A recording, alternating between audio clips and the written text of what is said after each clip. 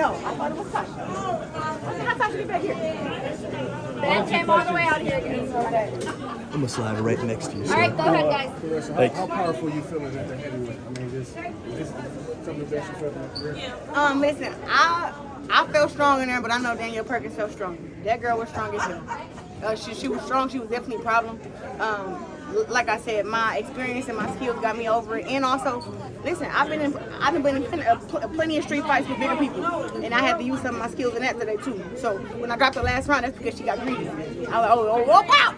Give me that good little right hand, and then I put her down. I let her know, like, yeah, you talking about that stuff like I ain't got no power. I'm the only one that got power in here. You just big and strong, So I feel really good. Claressa, you called this your true homecoming. How does it feel to be able to deliver, and the crowd was just insane too? I couldn't believe it. Oh my God. I walked out and I looked around. I said, oh my God, this place damn near sold out. I only seen about 20 or 30 empty seats.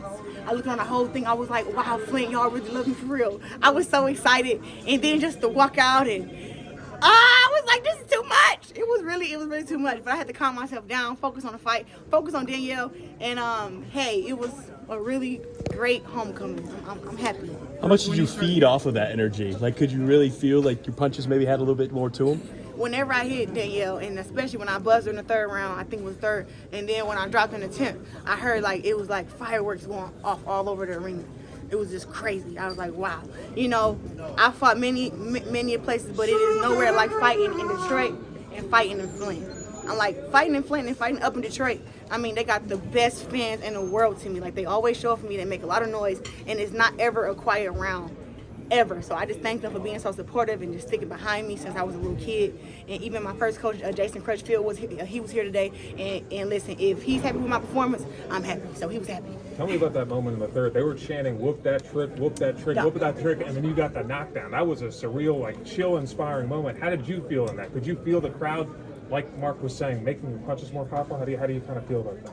Flint is a different type of place. I could tell you that, like, the people that we have here, they are fight fans for one. They're so supportive, and they just, take you for who you are. So them even saying, whip that trick, you will never hear that in no other women's boxing match ever in history, because it's just not even something that people even accept that come from women. People accept that from me here coming from Flint, and they understand me, and they know that, listen, I'm just as hood, just as street, but I'm also business and savvy, and I'm very smart. So they accept me for the full package, and I just love them so much for that. You said what you haven't, or what you have accomplished so far in your career hadn't been enough coming into tonight. How would you kind of reassess that? I don't know. It's too much. I'm a 17-time world champion now, 4-time undisputed. Say that. I don't even know what to say. I'm 16-0. That's my first time saying this since it happened. I'm 16-0. I tried to pick up my 4th knockout today. I didn't, so I'm 16-0 with 3 knockouts. But I really couldn't be prouder, and I'm just happy to be an advocate for women's boxing and just push the game forward. Even for these, like, for you to come here, Dog Durrell is telling you that you're not going to be here every single time, but for people of Flint to be able to see your greatness, this is like an Ali type moment. This is a Shields moment, a Wilt moment. Put that in perspective. I know you're fresh off the fight, but just the perspective of being able to do that for this city, and you showed them love right back after the interview. Listen, I don't care where I go. I represent Flint to the fullest. I've been wearing my hair blue for the water crisis since the water crisis started. I don't just do it just because it's in the newspapers and everybody talking about it and all these celebrities getting behind it. I really stick up for Flint, and I stand up for us, and I come here, and I'm always talking with the mayor about how we can make the city better. I'm throwing events here. What was the question? What'd you ask me? Just about how you're not going to be here in Flint every single fight, but I'm not going to be here. Yeah, I'm not going to be here in Flint every time, but I thought this was the perfect time to come back with, like, the fire inside coming out and to showcase my upbringing and in the city of Flint all over the world. And then to just bring the fight back here. The last time I fought here, it was COVID, so only 200 people was allowed to come. I knew I could sell this place out. I knew that my fans would show up for me.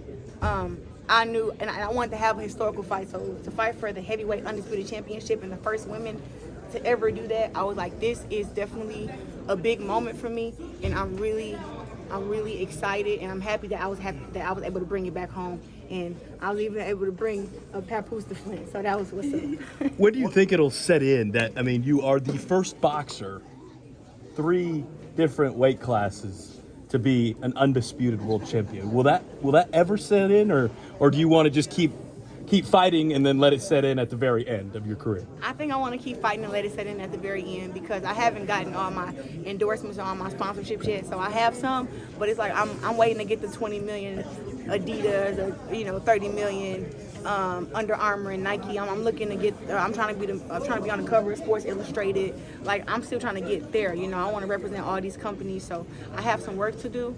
But as far as in boxing goes, I'm just going to keep racking up the wins and racking up the belts and building my brand. That's all I can really do. What is it? Everybody wants to know what's next. That's a common question that people ask. But I'm just curious: is it even possible to top undisputed heavyweight champion of the world?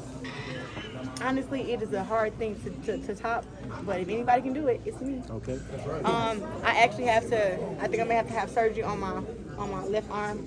I tore my labrum last week, so the fight almost didn't happen. So shout out to Denise, Paulina, Heather, and Jenny at the UFC Center. They did me all this shot treatment. I wasn't able to lift my arm for 2 or 3 days. So for this fight to even be able to happen, I always give my highest praise and my highest thanks to God, because I didn't want to let Flint down, and but I really couldn't use my jab the way that I wanted to, but I did the best that I could. I iced it. I did the therapy. Now I think I may have to have like maybe a shoulder surgery. And, All right, thank you guys. Happy Black History Month. Thank you.